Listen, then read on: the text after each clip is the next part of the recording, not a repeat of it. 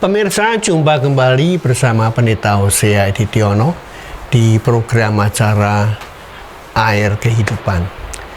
Judul Air Kehidupan hari ini adalah Ketika Semua Pintu Tertutup. Saudara, ada masanya ketika Tuhan telah menutup banyak pintu dan kita kebingungan dan putus asa, kemudian bertanya dan bertanya, mengapa dan mengapa. Seringkali Tuhan menutup begitu banyak pintu, sehingga kita tiba pada suatu keputusasaan yang memanjang. Kita berpikir tak ada lagi pintu yang terbuka bagi kita.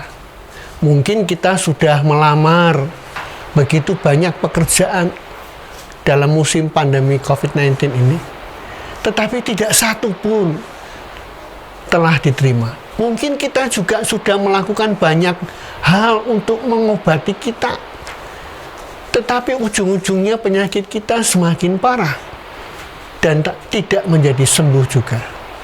Saudara, jika hari-hari ini kita melihat begitu banyak pintu tertutup,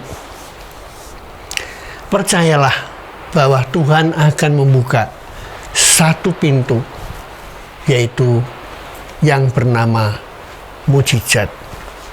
Dan ketika mujizat itu dinyatakan kepada kita dan Tuhan menyatakannya pada kita, maka kita akan melihat betapa dahsyat Tuhan itu. Tuhan menutup pintu karena Dia tahu bahwa di balik pintu yang kita harapkan itu tidak ada dan tak akan mendapatkan apa-apa. Bahkan kekecewaan dalam kehidupan ini semakin memanjang. Jangan terlalu lama berdiri dan menyesali diri Anda. Pintu yang tertutup justru kita harus bersyukur, karena sesungguhnya Tuhan sedang mengajari kita untuk bergantung dan berharap kepada Tuhan. Tuhan Yesus menutup pintu-pintu yang salah supaya kita tidak terjebak untuk masuk di dalamnya. Mungkin ada tender bisnis yang gagal. Mungkin juga kita dihadapkan dengan masalah sakit yang luar biasa. Dan mungkin kita tidak dapat hidup yang sesuai dengan apa yang kita inginkan. Tetapi Tuhan tahu hal-hal yang tidak benar dalam kehidupan kita. Ada rencana hidup kita yang tidak terlaksana, atau keinginan-keinginan kita yang belum terpenuhi.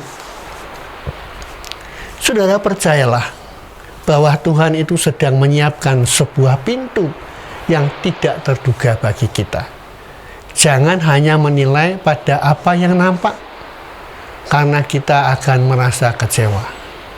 Percayalah bahwa hanya Tuhan yang menetapkan setiap langkah hidup kita. Dia menuntun kita ke padang rumput yang hijau. Bahkan Dia membawa kita ke tempat yang paling tepat untuk kita.